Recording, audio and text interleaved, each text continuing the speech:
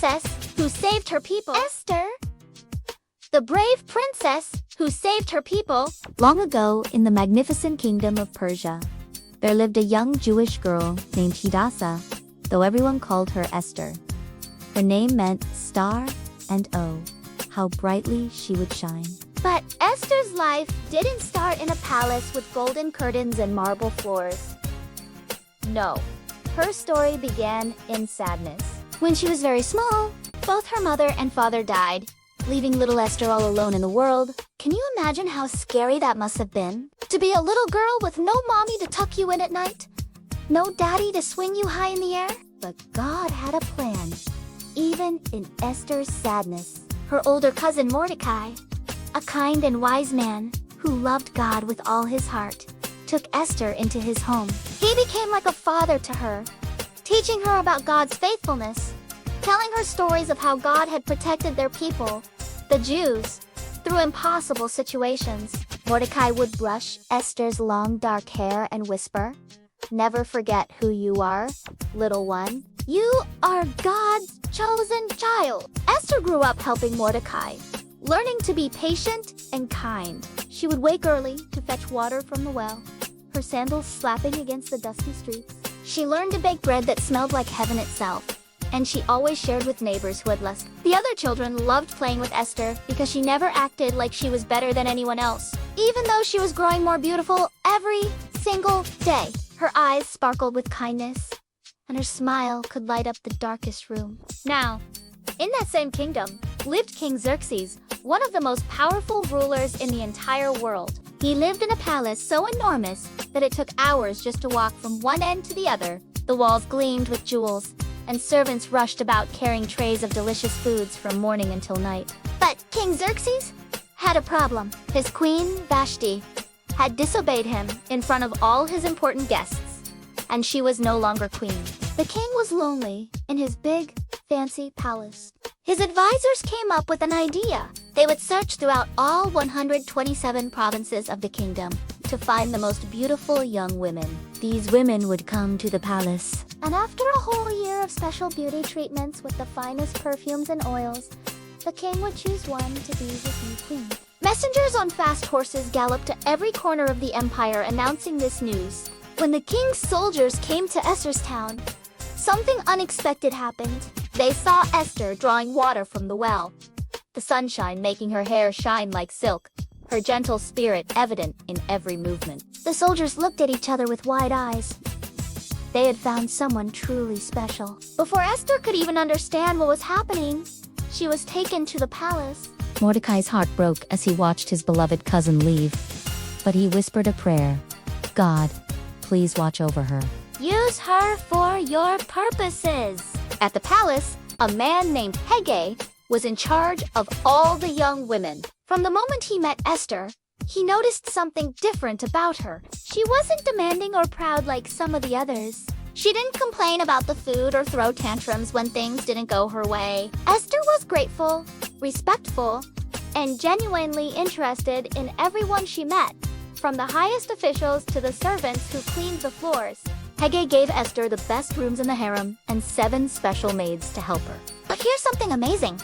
Esther never told anyone she was Jewish. Mordecai had warned her to keep this secret, and Esther trusted his wisdom completely. Every single day, Mordecai would walk past the courtyard of the harem, his heart pounding with worry and love. He couldn't go inside, but he would linger near the gates, hoping to hear news about Esther. Sometimes a kind servant would whisper, "She is well. She is loved by everyone." And Mordecai would thank God, even though he didn't understand the full plan yet. A whole year passed with Esther receiving beauty treatments. Imagine that, 12 months of being rubbed with myrrh and sweet-smelling perfumes, her skin becoming softer than rose petals, her hair shining like a raven's wing. But Esther's true beauty came from inside. While other young women studied which jewelry to wear and how to impress the king with clever words, Esther simply remained herself, humble, kind, and trusting in God's plan.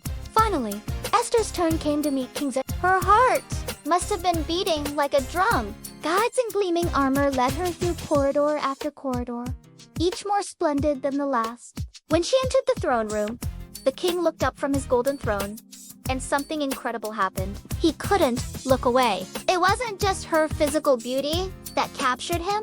It was the grace in her movements, the intelligence in her eyes, the genuine sweetness of her spirit. King Xerxes fell in love instantly and completely. The king placed the royal crown on Esther's head, and just like that, the orphan girl, raised by her cousin, became Queen Esther of Persia. There was a magnificent wedding feast that lasted 4 days. People throughout the kingdom received gifts, and there was dancing, music, and laughter echoing through the palace halls. But even as Queen Esther smiled and waved to the crowds, she kept Mordecai's instructions close to her heart. She told no one about her Jewish heritage. Queen Esther's life seemed perfect now, like a beautiful dream. She had servants to bring her anything she desired, the most gorgeous clothes in the world, and a king who adored her. But remember how I told you, God had a plan. Well, that plan was about to unfold in the most dramatic way imaginable. Outside the palace gates, Mordecai continued his work as a minor official. One day, while sitting at the king's gate, he overheard 2 angry guards, Bigthana and Teresh, whispering a terrible plot.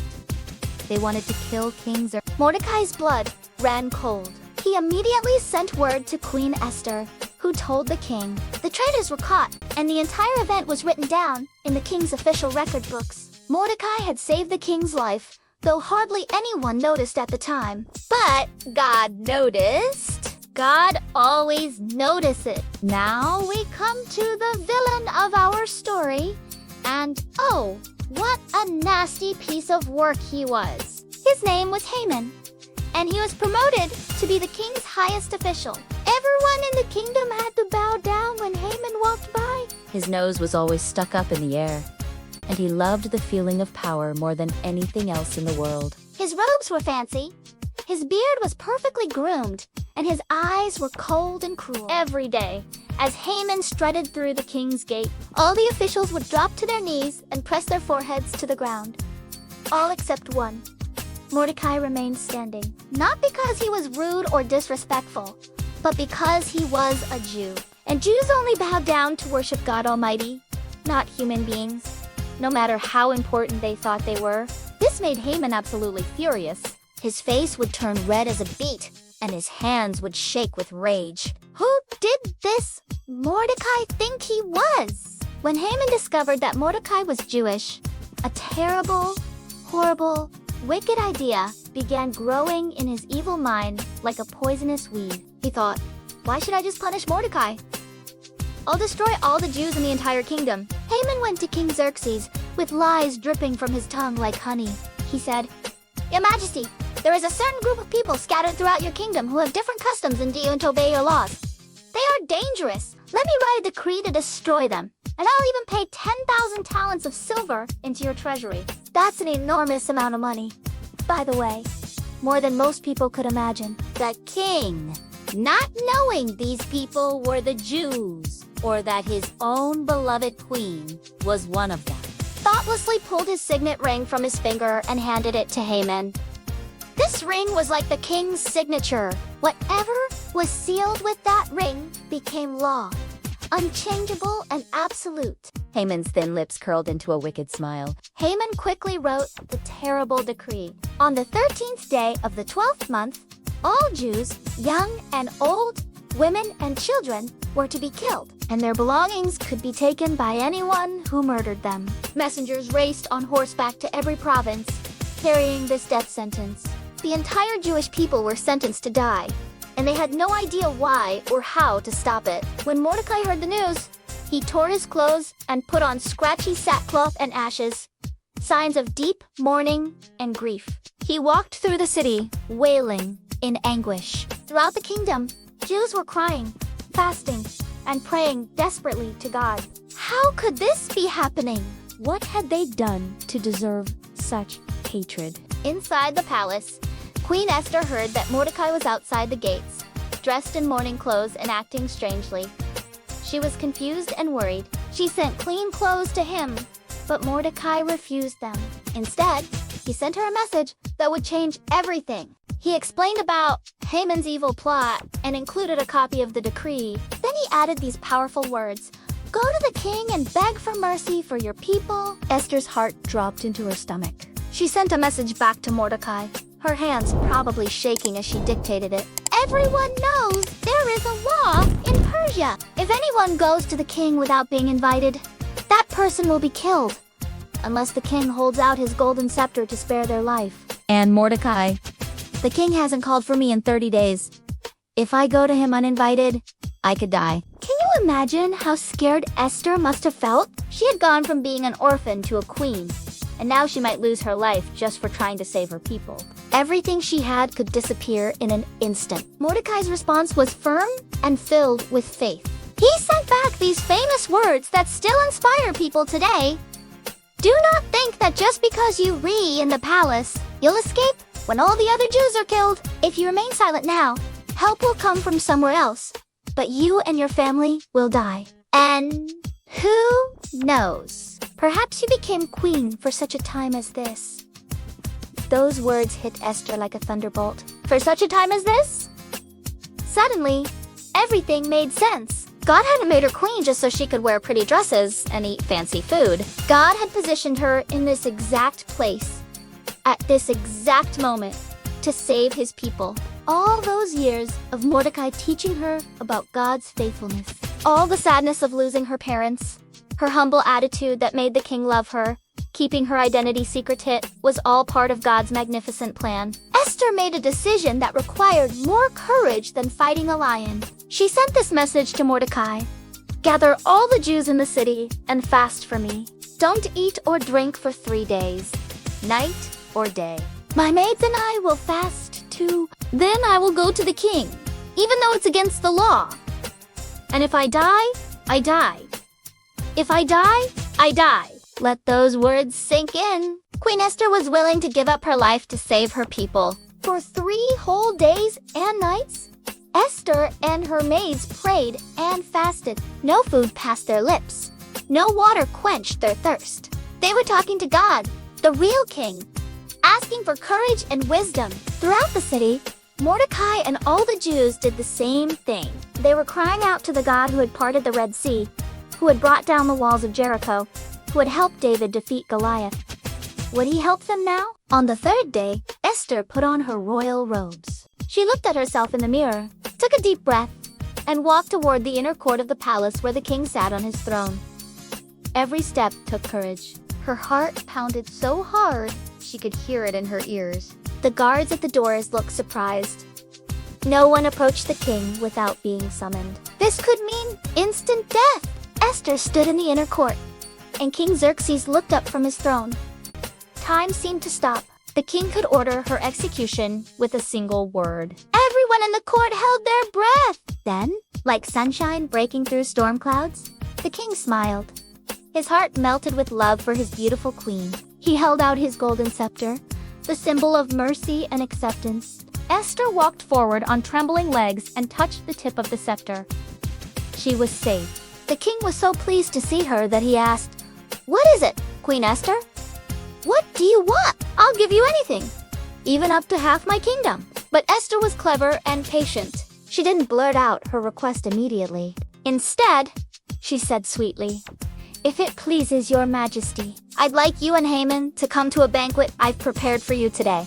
Every day, as Haman strutted through the king's gate, all the officials would drop to their knees and press their foreheads to the ground. All except one. Mordecai remained standing, not because he was rude or disrespectful, but because he was a Jew. And Jews only bow down to worship God Almighty, not human beings, no matter how important they thought they were. This made Haman absolutely furious. His face would turn red as a beet, and his hands would shake with rage. Who did this Mordecai think he was? When Haman discovered that Mordecai was Jewish, the king was delighted. Haman was summoned, and they went to Esther's banquet. The food was exquisite. The wine flowed freely, and everyone was having a wonderful time. At the end of the meal, the king asked again, "Queen Esther, what is your real request? Tell me, and I'll give it to you." But wise Esther said, Come to another banquet tomorrow, Your Majesty, you and Haman. Then I will tell you my request. The king agreed, curious about what his queen wanted. Haman left the banquet, walking on air. He felt so important, so special. The queen herself had invited only him and the king to not one but 2 private banquets. He bragged to his wife Zeresh and all his friends about how wonderful he was. But then his face darkened. But none of this makes me happy as long as I see that Jew Mordecai sitting at the king's gate, refusing to bow to me. His wife and friends suggested, build a gallows 75 feet high, and in the morning, ask the king for permission to hang Mordecai on it. Then you can go happily to the banquet. This made Haman smile wickedly. He immediately ordered the construction of the enormous gallows right in front of his house. Tomorrow, Mordecai would die. But that night, something amazing happened. King Xerxes couldn't sleep. He tossed and turned in his royal bed, unable to get comfortable. Have you ever had one of those nights where you just unfall asleep no matter what you do? The king decided to have someone read to him from the official records, thinking it might bore him enough to make him drowsy. The servant began reading, and guess what part he read? The story of how Mordecai had uncovered the plot by the 2 guards to assassinate the king. King Xerxes sat up straight. Wait, what reward did Mordecai receive for saving my life? He asked. Nothing, Your Majesty, the servants replied. Nothing was ever done for him. The king was shocked. This man had saved his life, and he had never been thanked or rewarded. Just then, Haman arrived at the court early in the morning. He was eager to ask permission to hang Mordecai on the gallows he'd built. Perfect timing, thought the king. Haman, called the king. Come here. I want to ask you something. What should be done for a man the king wants to honor? Haman's chest puffed up with pride. Who else would the king want to honor except him? He said, for a man the king wants to honor, bring out royal robes the king himself has worn, and a horse the king has ridden with a royal crest on its head. Have one of the king's noble princes lead the man on the horse to the city square, shouting, this is what is done for the man the king delights to honor. The king thought this was an excellent idea. Wonderful, he exclaimed. Hurry and do exactly that. For Mordecai the Jew, who sits at the king's gate. Don't leave out a single detail. Haman's face must have looked like he'd been slapped with a wet fish. Him or nor Mordecai? The man he wanted to hang? But he had no choice. With humiliation burning in his chest, Haman had to dress Mordecai in the king's robes, helped him onto the king's horse, and lead him through the streets shouting praises about the very man he hated most in the world. People stared in amazement as Mordecai, dressed in royal finery, rode through the city. God was already beginning to turn everything around. After this horrible experience, Haman rushed home with his head covered in shame. His wife and friends said, if Mordecai is Jewish, you can't win against him.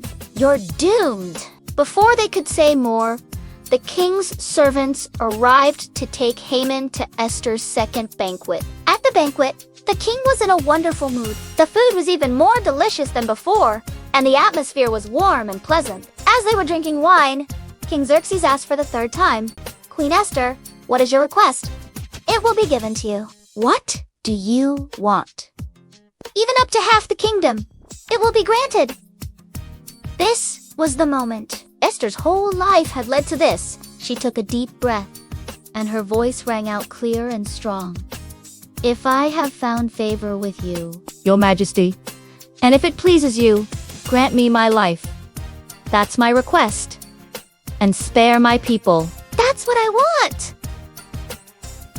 And for I and my people have been sold to be destroyed, killed, and annihilated. The king jumped to his feet, his face red with fury.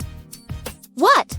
Who would dare do such a thing? Who would dare touch you? Esther pointed directly at Haman and said words that must have made his blood turn to ice. The enemy and adversary is this wicked Haman. Haman's face went white as milk. The king was so angry he stormed out into the palace garden to think. Haman realized he was doomed.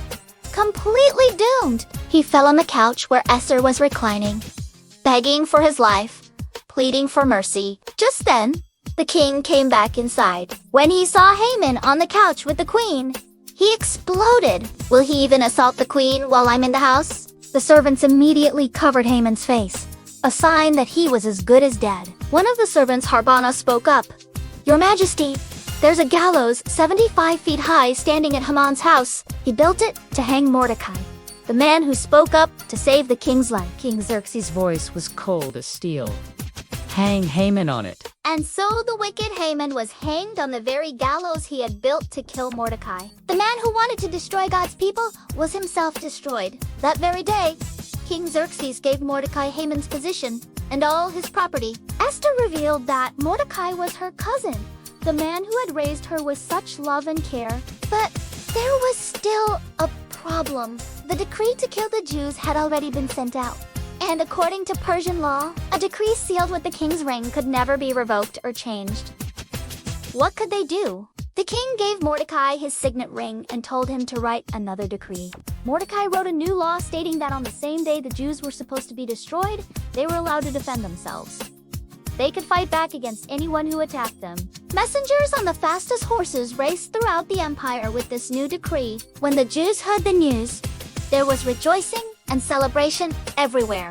They threw parties, exchanged gifts, and praised God for saving them. When the 13th day of the 12th month arrived, the day that was supposed to be a day of death for the Jews, it became instead a day of victory. Those who hated the Jews were defeated, and God's people were saved. In the fortress of Susa alone, the Jews defended themselves against 500 enemies. Throughout the entire empire, 75,000 enemies of the Jews were defeated. The Jewish people were so grateful for their deliverance that they created a new festival called Purim, which they still celebrate today, thousands of years later. Every year, Jewish families remember how Queen Esther risked her life to save her people, how Mordecai remained faithful to God, and how God turned a terrible situation into something wonderful. So what can we learn from brave Queen Esther? First, God has a purpose for your life, even when things seem sad or confusing. Esther lost her parents, but God used even that sadness to position her exactly where she needed to be. Second, being beautiful on the outside isn't as important as being beautiful on the inside. Esther's kindness and humility made her truly special. Third, sometimes doing the right thing is scary, but courage means doing it anyway. Esther said, "If I die, I die," and was willing to risk everything to help others. Fourth, your identity matters. Esther never forgot she was Jewish, one of God's chosen people, even when she lived in a palace. Fifth, God's timing is perfect. Everything happened exactly when it needed to happen, from Mordecai overhearing the plot against the king to the king's sleepless night. And finally, one person can make a huge difference. Esther was just one young woman, but through her courage, an entire nation was saved. God placed Esther in the right place at the right time for such a time as this. And guess what? God has placed you exactly where you are, for a reason too. Maybe you're the only person who can show kindness to that lonely kid at school. Maybe you're the one who can stand up against bullying. Maybe you're the one who can share God's love with someone who really needs it. God has given you special gifts and talents, and He's put you in your family, your school, your neighborhood for a purpose. Like Esther, you might face situations that seem scary. You might have to choose between doing what's easy and doing what's right. But remember, God is with you, just like He was with Esther. When you pray and ask for courage, God will give it to you. When you need wisdom, God will guide you. And when you step out in faith to do what's right, amazing things can happen. Esther's story reminds us that no one is too young, too small, or too ordinary to be used by God in extraordinary ways. The little orphan girl became a queen and a hero. So the next time you wonder if you matter, or if you can make a difference, remember Queen Esther. Remember her courage, her faith, and her willingness to speak up for what was right, even when it was dangerous. God has created you for such a time as this, for this moment, for the opportunities right in front of you. So be brave, be kind, be faithful, and watch how God can use your life to do amazing things. Just like Esther wore her crown with courage, you can wear your identity as God's child with confidence. knowing that He has wonderful plans for you. Will you be brave like Esther? Will you trust God's plan for your life? The choice is yours, and your story is just beginning.